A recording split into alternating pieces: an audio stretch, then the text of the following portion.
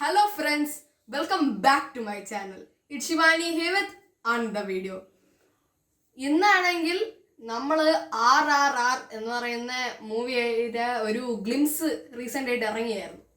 ആ ഒരു ഗ്ലിംസിനായിട്ട് നമ്മൾ റിയാക്ട് ചെയ്യുകയാണ്. പക്ഷേ ഇന്നൊരു പുതിയ കാര്യമുണ്ട്. ഒരു പുതിയ ആളെത്തെയാണ്, ഒരു സ്പെഷ്യൽ ഗസ്റ്റ് നമ്മളെ ചാനലിലേക്ക്. മുമ്പ് വന്നിട്ടുണ്ട് ഈ ആൾ നമ്മളെ ചാനലിലേക്ക്. പക്ഷേ ആ ഒരു വീഡിയോയിൽ ഇങ്ങനെ പേഴ്സണാലിറ്റിയൊന്നും അങ്ങനെ കാണാൻ പറ്റിയില്ല. അതാരെന്ന് വെച്ചാൽ എൻ്റെ കസിനും എൻ്റെ സുഹൃത്തുമായ അഡോൺ ഡി ദീപുവാണ്. ആദ്യം ഈ ഒരു വീഡിയോ ചെയ്യാനായിട്ട് ഇത്തിരിയൊക്കെ ഞാൻ ചെയ്യില്ല മടി പിടിച്ചൊക്കെ ഇരുന്നായിരുന്നു. പക്ഷേ ഇപ്പോഴാണ് ചെയ്ത് കഴിഞ്ഞായിരുന്നു നമ്മൾ. ഇപ്പോഴാണ് ഒരു ഉഷാറായത്. ഭയങ്കര ഹാപ്പിയായി ചെയ്ത് കഴിഞ്ഞപ്പോൾ. ചെയ്യാൻ ഭയങ്കരമായിട്ട് ഇനി അപ്പോൾ അടുത്തും വേറൊരു മൂവി ഇറങ്ങുമ്പോൾ ചിലപ്പം വീണ്ടും ഉഷാറായിരിക്കാം. അപ്പോൾ നമുക്ക് കിടക്കാം റിയാക്ഷൻ വീഡിയോയിലേക്ക്. പ്ലേ ചെയ്ത്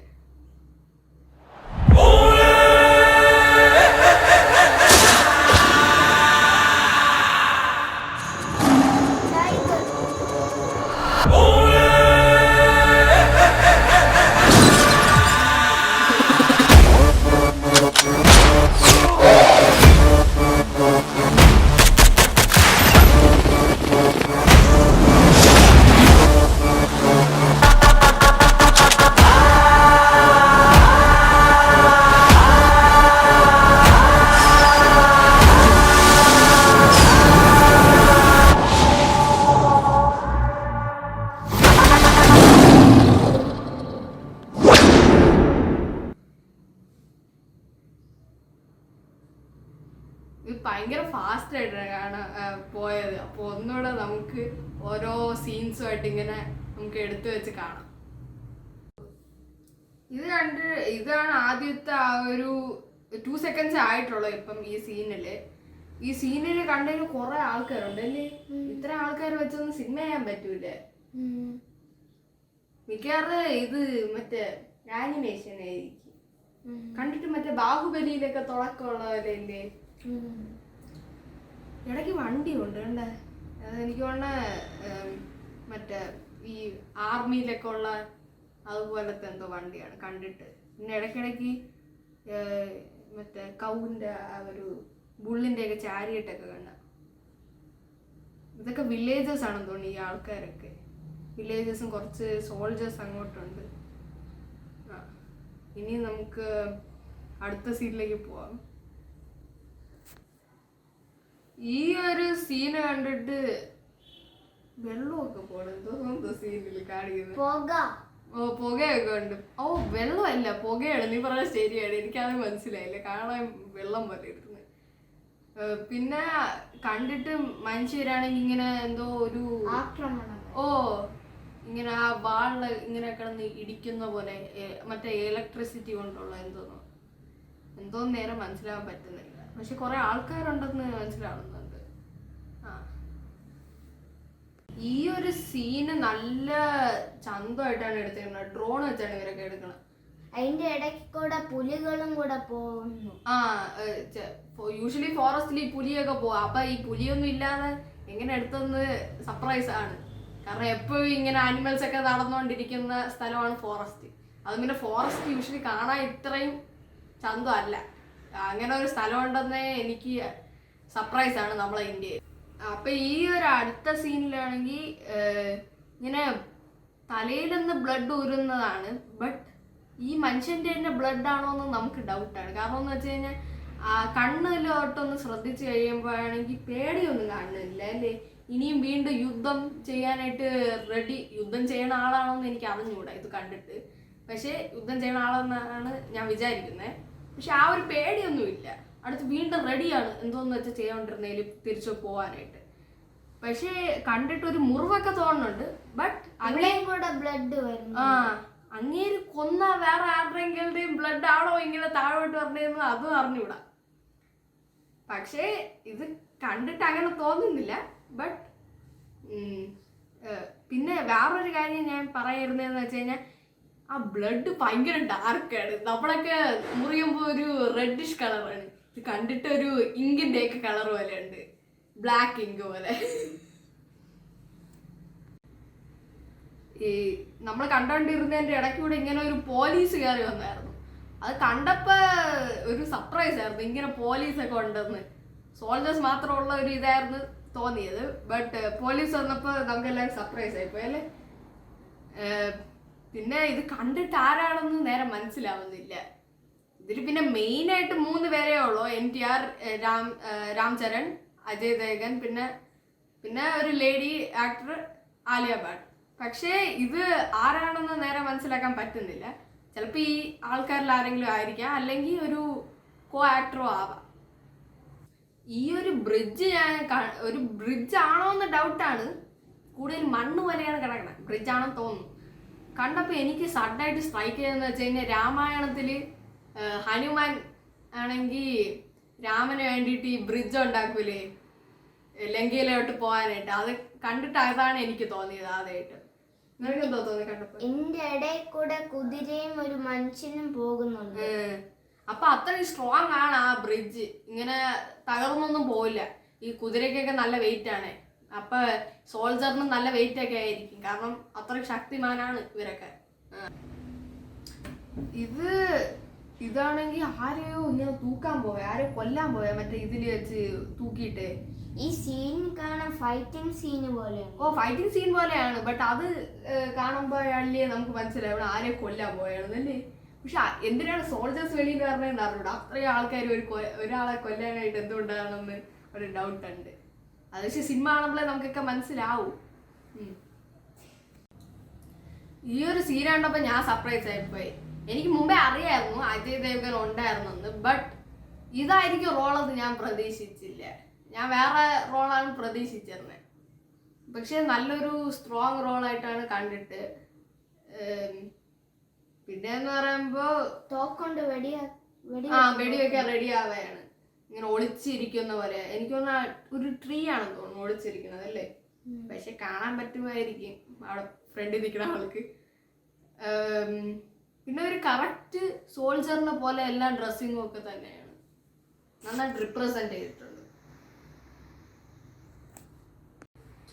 അപ്പൊ ഇതില് ആലിയ ഭട്ട് ഉണ്ടെന്ന് ഞാൻ കേട്ടപ്പോ തന്നെ ഞാൻ വിചാരിച്ചതെന്ന് വെച്ച് കഴിഞ്ഞാൽ, ആലിയ യൂഷ്വലി ഇങ്ങനത്തെ മൂവീസിൽ ഞാൻ ഇതുവരെ ആക്ട് ചെയ്യണം ഞാൻ കണ്ടിട്ടില്ല. അറ്റ്ലീസ്റ്റ് ഞാനായിട്ട് എംപവറിങ് മൂവീസിൽ ആക്ട് ചെയ്തിട്ടുണ്ട്, ബട്ട് ഇങ്ങനത്തെ പഴഞ്ചൻ മൂവീസിൽ ആക്ട് ചെയ്യണം ഞാൻ കണ്ടിട്ടില്ല. അപ്പൊ ഇതൊരു സർപ്രൈസ് ആയിരുന്നു ഇങ്ങനത്തെ ഒരു മൂവിക്ക് കയറിയത് ആലിയ.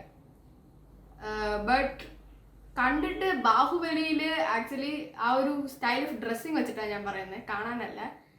കണ്ടിട്ടാണെങ്കിൽ ബാഹുബലിയുടെ അമ്മയായിട്ട് ആക്ട് ചെയ്യുന്ന, ബാഹുബലി 1 ബാഹുബലിയുടെ അമ്മയായിട്ട് ആക്ട് ചെയ്യുന്ന ആ ഒരു ലേഡിയെ പോലെ ഒരു ലുക്കിംഗ് ഒക്കെ, ആ ഒരു ടൈപ്പ് ഡ്രസ്സിങ്. അപ്പോൾ ചിലപ്പോൾ എൻ്റെ ഗസ് എന്ന് പറയുമ്പോൾ രാജകുമാരിയോ ക്യൂനോ അല്ലായിരിക്കും എന്നാണ് എൻ്റെ ഗസ്. ഇതും ഒരു പാലമാണ്. ഇത് ആക്ച്വൽ പാലമാണെന്ന് കണ്ടാൽ മനസ്സിലാവും, മറ്റേ ബ്രിഡ്ജ് പോലെ അല്ല, കണ്ടാലേ മനസ്സിലാവും പാലമാണ്. പിന്നെ എൻ്റെ ഇടയ്ക്കൂടെ ഇത്തിരി ഇങ്ങനെ ചാരിയറ്റ്സ് ഒക്കെ പൊട്ടിക്കിടക്കണൊക്കെ കാണാം അല്ലേ. ബ്രിഡ്ജ് പൊട്ടാറായിരിക്കണം, അതിൻ്റെ അവിടെ തീകളും ഉണ്ട്. ഓ, മനുഷ്യരുണ്ടോ ഇടയ്ക്ക്? ഒരു മനുഷ്യൻ ഇങ്ങനെ വീരാൻ പോയി കിടക്കുക, വണ്ടികളെല്ലാം പൊട്ടി കിടക്കുക. ഇപ്പൊ വെള്ളത്തിൽ വീരാൻ പോകുന്ന പോലെ ആ ഒരു ഇതില. പിന്നെ വേറൊരാള് ഏതൊരു ഫ്ലാഗും കൊണ്ട് ചാടുക. അത് കാണാൻ എന്തായാലും റിയൽ മനുഷ്യനല്ല, ഫേക്കാണ്. പിന്നെ ഇടയ്ക്കിടയ്ക്ക് ഈ പോട്ട്സ് ഒക്കെ പൊട്ടിക്കിടക്കണമല്ലോ, അപ്പൊ എന്തോ വാർ നടന്നു കാണും അവിടെ, അതാണ് ഗസ്. ഈ ഒരു എക്സ്പ്ലോഷൻ ക്രിയേറ്റ് ചെയ്യാൻ നീ കണ്ട, ഇതിന് മുമ്പ് ഇങ്ങനെ ബോംബ് എന്തോന്നാണ് ഇങ്ങനെ പോവുകയാണ്, അതൊരു സ്ട്രെയിറ്റ് ലൈനിൽ തന്നെ ബോംബ് വന്നിട്ട് അവിടെ പൊട്ടിത്തെറിക്കുകയാണ്. ആ ബൈക്കില് എനിക്ക് തോന്നുന്നു പോലീസാണ്, ഒരു ക്യാപ്പൊക്കെ കാണാം ആ മനുഷ്യൻ വച്ചേക്കണ പോലെ എനിക്ക് തോന്നുന്നത്. കണ്ടിട്ട് പോലീസ് ബൈക്ക് പോലെയാണ് തോന്നുന്നത്. അപ്പൊ അതിന് മനുഷ്യരും ഒക്കെ ഉണ്ട്. അപ്പൊ ഇത് മിക്കവാറും കണ്ടിട്ട് ഫേക്ക് ആൾക്കാരാണെന്ന് എനിക്ക് തോന്നുന്നില്ല അല്ലേ, റിയൽ മനുഷ്യർ ആ ഒരു ഇതിലാണെന്ന്. അപ്പം ആ ആക്ട് ചെയ്ത ആൾക്കാരുടെ ആനിമേഷനാണ്. അത് ചിലപ്പോ ശരിയായിരിക്കും കേട്ടോ, റിയൽ ആയിരിക്കൂല. പക്ഷെ എന്നാലും കണ്ടിട്ട് ആ ഒരു തീ ആനിമേഷൻ പോലെ തോന്നുന്നില്ല, അതിന് ഭയങ്കര റിയൽ ആയിട്ട് തോന്നുന്നു. ഇത് കണ്ടിട്ട് പേടിച്ചോണ്ട ഒരു ഫീൽ ഇല്ല, എന്തോ ഒരു തെറ്റ് ചെയ്തിട്ട് ഇപ്പൊ പിടിക്കാൻ പോവുകയാണ് പോലീസ്, അതിലൊന്ന് ഇങ്ങനെ ഓടയാണ്, കൊല്ലാതെ ഇരിക്കാനായിട്ടല്ലേ എന്തോന്ന് മോട്ടിച്ചിട്ട് ഇങ്ങനെ ഓടയാണ്. അങ്ങനെ ഒരു കള്ളൻ ഓടിപ്പോയ ആ ഒരു സീൻ കഴിഞ്ഞിട്ട് ഇങ്ങനെ ഒരു പേടിച്ചൊരു കൊച്ചുകുട്ടി ഓടിപ്പോകുന്ന സീന് കണ്ടപ്പോ സത്യം സർപ്രൈസ് ആയിപ്പോയി. ഇത് കണ്ടിട്ട് സത്യം പേടിച്ചോടുന്നവരുണ്ട് അല്ലേ. പിന്നെ ഇങ്ങനെ ഫുഡൊന്നും കിട്ടാതെ തളർന്നു പോയ ആ ഒരു ഓട്ടമാണ്. പിന്നെ സത്യം ഈ ഒരു സീനില് ആദ്യം ഞാൻ കണ്ടപ്പോ എന്തോ ഒരു സ്റ്റാച്ചു അല്ലെന്നാ ഞാൻ വിചാരിച്ച, ആ റെഡ് സാധനം. നീ അതല്ലേ വിചാരിച്ചു സ്റ്റാച്ചു? മനുഷ്യരാണ്. ഓ, അടുത്തോട്ട് ഇങ്ങനെ വന്ന് നോക്കിയപ്പോഴാണ് മനുഷ്യരാണല്ലേ, റെഡ് സൂട്ട് ഇട്ട മനുഷ്യര്.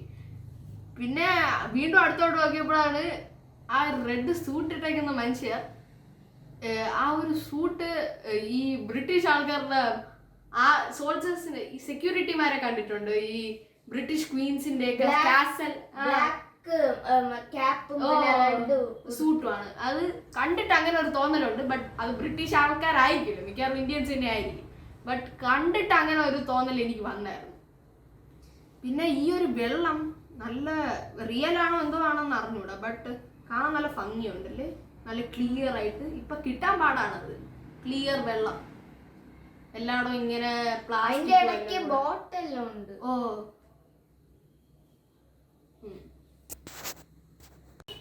ഇവിടെ ഒരു കാസൽ ആയിട്ടാണ് തോന്നുന്നത്, ലണ്ടനിലത്തെ പക്ഷെ വേറൊരു കാര്യമുണ്ട്, ഇത് പണ്ട് ഇന്ത്യയിലും ഇങ്ങനത്തെ കാസൽസ് ഉണ്ടായിരുന്നു പണ്ട്, ഇപ്പോഴല്ല. പിന്നെ ഇങ്ങനെ കുഞ്ഞു കുഞ്ഞു കടകളല്ല, അവിടെ ആൾക്കാരാണ് ഇരിക്കുന്നത്, എനിക്ക് കൊണ്ട് എന്തോ ഒരു ഷോ ടൈപ്പ് ഒക്കെ വന്നിട്ടുണ്ട്. പിന്നെ ഇവിടെ ചുറ്റും ലൈറ്റ്സ് ആണ്. പിന്നെ ഇത് വെള്ളങ്ങള് ഫൗണ്ടെയിൻ പോലെ സ്പ്രേയിങ് വെള്ളം. പിന്നെ അതിന്റെ ഇടയ്ക്ക് കൂടെ ഫ്ലവേഴ്സും മരങ്ങളും പൊട്ടിത്തെറികളും ഉണ്ട്. മറ്റേ ഫയർ വർക്ക്സ്, ദീപാവലിയിലുള്ളത് പോലെ ഫയർ വർക്ക്സ് കാണാൻ നല്ലൊരു ഭംഗിയുള്ള ആ ഒരു സീനാണല്ലേ. പിന്നെ അടുത്തൊരു സീൻ എന്ന് വെച്ച് കഴിഞ്ഞാൽ ആ കാസലിൽ വെച്ച് തന്നെ നടക്കണം, കാരണം ഫൗണ്ടെയിൻ ഒക്കെ ഉണ്ട്, കണ്ട ശ്രദ്ധിച്ച. ഇയാള് മറ്റേ ഒരു ആയുധം കൂടെ എടുത്തു വെച്ചിട്ട് ഫൈറ്റിങ്ങിന്.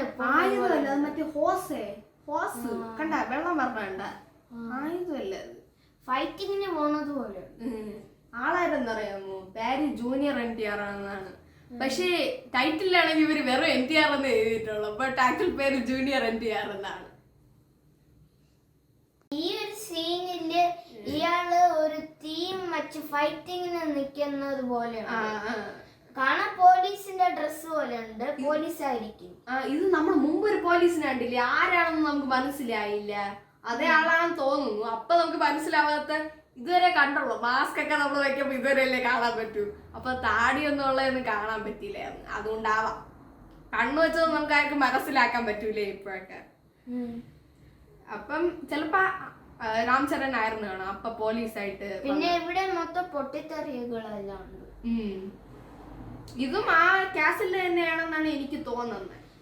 ഇവിടെയൊക്കെ ആൾക്കാരെല്ലാം ഉണ്ട് ബാക്ക്ഗ്രൗണ്ടില്. ടൈറ്റില് ഞാൻ കണ്ടപ്പോഴാണെങ്കിൽ RRR, ഒരു വല്ലാത്തൊരു ടൈറ്റിലാണ്, RRR മൂന്നാർ. അപ്പൊ ഞാൻ വിചാരിച്ചു ഇതിന്റെയൊക്കെ അർത്ഥം എന്തോന്നായിരിക്കും.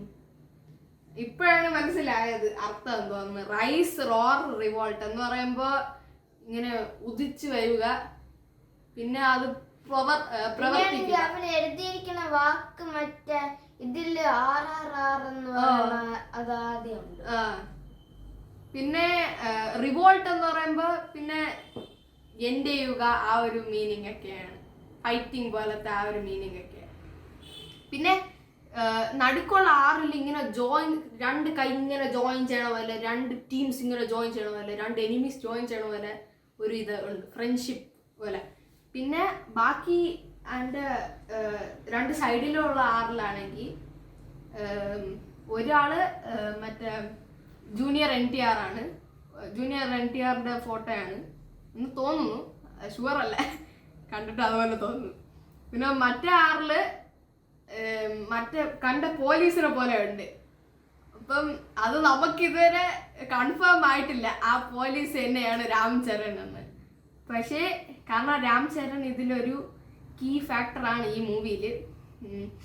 അതുകൊണ്ട് രാം ചരൺ ആണെന്ന് വിശ്വസിക്കുന്നു. പക്ഷെ വേറെ ആരെങ്കിലും ആവാം. ഈ ഒരു സീനില് ഒരു ടൈഗർ ആണെന്ന് തോന്നുന്നു ഒരാളിനെ പിടിക്കാനാണ് നിൽക്കുന്നത്. അത് ആ ആളാണ് ഇങ്ങനെ ഒരു വലിയ കണ്ണൊക്കെ വെച്ച് ഇങ്ങനെ നിൽക്കുകയാണ്. ഇപ്പൊ ടൈഗറിനെ ഷൂട്ട് ചെയ്യാൻ. പക്ഷെ ടൈഗറിനെ ഷൂട്ട് ചെയ്യാൻ പറ്റൂല, ആ ടൈഗർ പിടിക്കും ഇയാൾ. അത് ശരിയാണ്. ബട്ട് ഞാൻ ആ ആളുടെ യൂണിഫോം വെച്ചിട്ടാണ് ഞാൻ പറയുന്നത്. കാണാൻ മറ്റേ ഈ US ഉള്ള UK അവരുടെയൊക്കെ ഒരു യൂണിഫോം പോലെ ഉണ്ട്. ഇത് ചിലപ്പോൾ അപ്പം മറ്റേ ബ്രിട്ടീഷ് റൂൾ, ഇന്ത്യയിൽ ബ്രിട്ടീഷ് റൂൾ ഉണ്ടായിരുന്ന ആ ഒരു സമയത്തായിരുന്നു കാണാം. ആ ഒരു സിറ്റുവേഷൻ ആയിരിക്കാം ഇപ്പൊ എടുക്കുന്നത്. അപ്പൊ ഇതില് എഴുതിയിരിക്കുന്നതെന്ന് വെച്ചാൽ in cinema 7th January 2022 world wide. അപ്പൊ 7th January എല്ലാരും കേട്ടല്ലോ. 7th January റിലീസ് ആവുന്നത്. പിന്നെ ഇൻ സിനിമാസ് ഒന്നും പറഞ്ഞിട്ടുണ്ട്. അപ്പൊ ഈ ആമസോൺ പ്രൈമിലല്ലേ ഇനി നമ്മൾ കാണേണ്ടി വരേണ്ടത്. നമ്മളിനി വെളിയിൽ പോയി സിനിമ തിയേറ്ററിൽ ഇരുന്ന് കാണും. കുറെ വർഷമായിട്ടല്ലേ, 3 വർഷങ്ങളായി ഏകദേശം സിനിമ തിയേറ്ററിലൊക്കെ പോയിട്ട്. അപ്പോൾ ഒരു എക്സ്പീരിയൻസ് ആണ് ഇതൊക്കെ. പിന്നെ വേൾഡ് വൈഡ് ഒന്നും കൂടെ എഴുതിയിട്ടുണ്ട്. അപ്പൊ ഈ വെളിയിലുള്ള ആൾക്കാർക്കും ഒക്കെ കാണാം. അതേസമയം നിങ്ങൾ വെളിയിലാണെന്ന് വിഷമിക്കണ്ട. അപ്പൊ അതായിരുന്നു നമ്മളുടെ ഒരു റിയാക്ഷൻ RR മൂവിയിലെ ഗ്ലിംസിന്റെ. മൂവി ഇറങ്ങുമ്പോൾ നമ്മൾ എന്തായാലും തിയേറ്ററിൽ പോയൊക്കെ കാണും. മൂവി ഇറങ്ങുന്നത് January 7th പിന്നെ ലോകം മൊത്തം ഇറങ്ങുകയാണ്. അപ്പോൾ നിങ്ങൾ വെളിയിലുള്ളവർക്കും ഒക്കെ കാണാം കേട്ടോ. വിഷമമൊന്നും വേണ്ട, വെളിയിലൊക്കെ ആണെങ്കിൽ കാണാൻ പറ്റും. പിന്നെ വേറൊരു കാര്യം എന്ന് വെച്ച് കഴിഞ്ഞാൽ എൻ്റെ ചാനലിലേക്ക് ഞാൻ ആദ്യമായിട്ടാണ് റിയാക്ഷൻ വീഡിയോ ചെയ്യുന്നത്. മുമ്പ് റിവ്യൂ ചെയ്തിട്ടുണ്ട്, പക്ഷേ ആദ്യമായിട്ടാണ് റിയാക്ഷൻ. അപ്പോൾ നിങ്ങൾക്ക് ഇഷ്ടമായെങ്കിൽ ലൈക്കും കമൻറ്റും ഒക്കെ ചെയ്യുക. പിന്നെ ഭയങ്കരമായിട്ട് ഇഷ്ടമായെങ്കിൽ സബ്സ്ക്രൈബും ചെയ്യുക. എന്നാലേ എനിക്കറിയാൻ പറ്റൂ നിങ്ങൾക്ക് റിയാക്ഷൻ വീഡിയോ ഒക്കെ ഇഷ്ടപ്പെട്ടെന്ന്. എന്നാലേ എനിക്ക് വീണ്ടും ഇതുപോലത്തെയൊക്കെ വീഡിയോ ഒക്കെ ചെയ്യാനും ഒക്കെ പറ്റൂ. അപ്പം നമുക്ക് അടുത്ത വീഡിയോയിൽ കാണാം. Bye bye.